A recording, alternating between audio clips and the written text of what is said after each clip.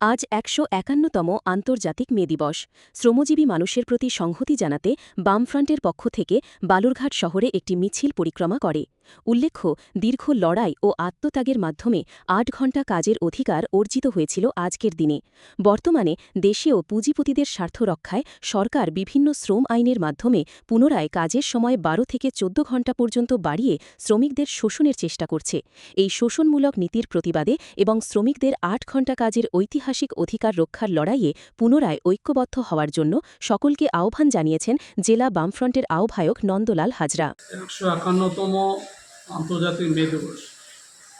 এই মে দিবসের মধ্য দিয়ে আমরা যতটুকু জানি যে শিল্প আন্দোলনের প্রাণকেন্দ্র হচ্ছে ইংল্যান্ড এবং ইউরোপের বিভিন্ন দেশে, সেখানে ব্যাপক কলকারখানা গড়ে উঠেছিল এবং সেখানে শ্রমিক নিয়োগ হয়েছিল, কিন্তু তাদের হচ্ছে ১৪ থেকে ২০ ঘন্টা পর্যন্ত খাটিয়ে নেওয়া।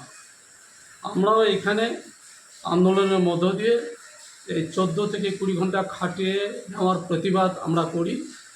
ওরা যদি ওইখানে সাফল্যমণ্ডিত হয় আন্দোলনের মধ্য দিয়ে, অনেকে শহীদ হয়েছেন, আমরাও ভারতবর্ষের যারা শ্রমিক বা এখানে যারা আছে শ্রমজীবী মানুষ, তাদেরকে এখানে খাটিয়ে নেয় পুঁজিবাদী যে সমস্ত সরকার আছে আমাদের দেশে।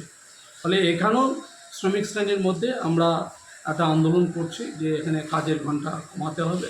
এখানকার সরকার আবার নতুন করে ১২ ঘন্টা খাটিয়ে নেওয়ার চেষ্টা করছে, বিভিন্ন আইন তারা করছে।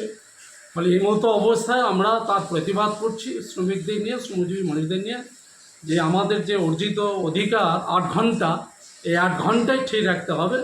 এবং ভারতবর্ষের শ্রমজীবী মানুষ, শ্রমিক শ্রেণী এই আন্দোলনের মধ্য দিয়ে কেন্দ্রীয় সরকারের যে শ্রমিক বিরোধী শ্রমকোড আইন, যার মধ্য দিয়ে ১১ ঘন্টা, ১২ ঘন্টা, ১৪ ঘন্টা খাটিয়ে নিতে চাচ্ছে, তার বিরুদ্ধে আবার নতুন করে সংগঠিত করে এই শ্রমিক বিরোধী আইনের বিরুদ্ধে আমাদের লড়াই করতে হবে এবং এইটাই নতুন করে আবার সংগঠিত হতে হবে।